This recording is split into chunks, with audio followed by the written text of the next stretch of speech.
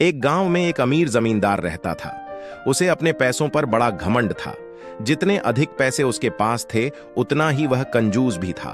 अपने खेतों में काम करने वाले किसानों से वह खूब काम करवाता, मगर पगार कौड़ी भर भी न देता। मजबूर गरीब किसान मन मारकर उसके खेत में काम करते। उसी गांव में रामू नामक एक किसान रहता था। उसके पास थोड़ी सी जमीन थी। उसी में खेतीबाड़ी कर वह अपना और अपने परिवार का गुजारा चलाता था। रामू बड़ा मेहनती था। वह दिन भर अपने खेत में काम करता और अपनी मेहनत के दम पर इतनी फसल प्राप्त कर लेता कि अपने परिवार के लिए 2 वक्त की रोटी जुटा सके। गांव के बाकी किसानों के पास रामू के मुकाबले अधिक जमीनें थीं। वे रामू की मेहनत देखकर हैरान होते कि कैसे इतनी सी जमीन में वह इतनी फसल उगा लेता है। एक साल गांव में भयंकर सूखा पड़ा। बिना बारिश के खेत खलिहान सूखने लगे। गरीब किसानों के पास सिंचाई की कोई व्यवस्था न थी। वे सिंचाई के लिए बारिश पर ही निर्भर थे, इसलिए उनकी सारी फसल बर्बाद हो गई। रामू के साथ भी यही हुआ। अपने छोटे से खेत में वह किसी तरह अपने परिवार का पालन पोषण कर रहा था। अब उनके सामने भूखों मरने की नौबत आ गई। मजबूरी के कारण वह गांव के जमींदार के पास कर्ज मांगने गया। जमींदार कंजूस तो था। उसने सोचा कि यदि उसने रामू को पैसे दिए तो यह लौटा तो पाएगा नहीं, इसलिए इसे अपने खेत में काम पर लगा लेता हूं। मेहनती तो ये है ही और मजबूर भी। कम पैसों में दुगुनी मेहनत करवाऊंगा। उसने रामू से कहा, देख रामू, मैं तुझे कर्ज तो दे नहीं सकता, लेकिन तेरी इतनी मदद कर सकता हूं कि तुझे अपने खेत में काम पर रख लूं। तुझे महीने के 1000 रुपए दे दिया करूंगा। पर मालिक, दूसरे किसान तो 2000 पाते हैं। रामू बोला, करना है तो कर, वरना मेरे पास किसानों की कमी नहीं। जमींदार बोला। मजबूर रामू क्या करता, हामी भरकर घर लौट आया। अगले दिन से जमींदार के खेत में काम करने लगा। मेहनती तो वह था ही। वह खूब मेहनत और लगन से काम करता। उसने 4 महीने का काम 2 महीने में ही कर दिया। ये देख जमींदार बहुत खुश हुआ, लेकिन इसके मन में मक्कारी जाग उठी। उसने सोचा कि 4 महीने का काम तो इसने 2 ही महीने में कर दिया। क्यों ना इसे निकाल दूं, इससे मेरे 2 महीने के पैसे बच जाएंगे। उसने रामू को बुलाया और उसके 2 महीने के पैसे देकर कहा, रामू, ये ले तेरे पैसे, कल से मत आना, अब मुझे तेरी जरूरत नहीं। यह सुनकर रामू परेशान हो गया। बड़ी मुश्किल से उसका घर चल रहा था। अब अपने परिवार का भरण पोषण कैसे करेगा?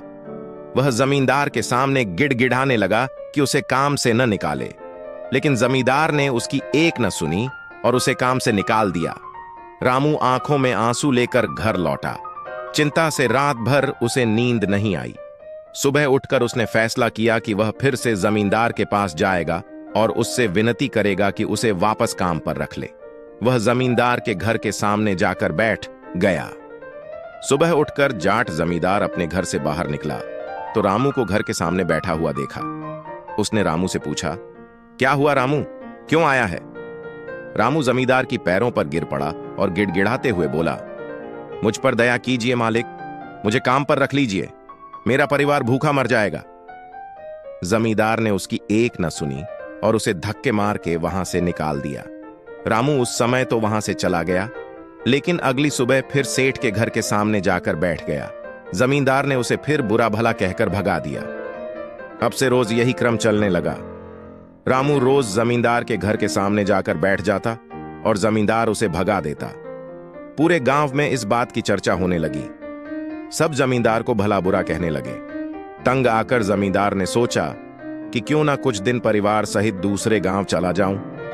मुझे घर पर ना देखकर रामू यहां आना बंद कर देगा।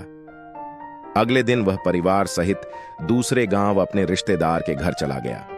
10-15 दिन रिश्तेदार के घर रहने के बाद जब वह अपने घर लौटा तो मोहन को अपने घर के सामने बैठा नहीं पाया। वह मन ही मन खुश हुआ कि चलो उससे पीछा छूटा, लेकिन वह चकित भी हुआ कि आखिर रामू ने आना बंद क्यों कर दिया। उसने गांव वालों को बुलाकर पूछा तो पता चला कि रामू घायल है और अपने घर पर पड़ा हुआ है। जमींदार ने पूछा, क्या हुआ उसे? एक जमींदार ने कहा, मालिक, आज जब दूसरे गांव चले गए थे तब भी रामू आपके घर के सामने बैठा रहता था। एक दिन आपका खाली घर देखकर कुछ चोर चोरी करने के इरादे से आपके घर में घुसे, लेकिन वे रामू की नजर में आ गए। रामू अपनी जान की परवाह न कर उनसे उलझ गया और उन्हें भगा दिया। उनके बीच हुई हाथपाई के कारण रामू घायल हो गया। ये जानकर जमींदार को खुद पर शर्म आने लगी कि उसने रामू के साथ कितना बुरा किया, लेकिन इसके बाद भी रामू उसके घर चोरी होने से बचाने के लिए चोरों से उलझ गया। वह पछताने लगा। उसने रामू के घर जाने का फैसला किया। वह रामू के घर पहुंचा तो देखा कि रामू बड़ी दयनीय अवस्था में चारपाई पर पड़ा हुआ है। उसके बच्चे भूख से बिलख रहे हैं। ये देख जमींदार का दिल भर आया। उसने रामू से अपने किए की माफी मांगी, उसका इलाज करवाया और ठीक होने के बाद अच्छी पगार के साथ उसे फिर से काम पर रख लिया।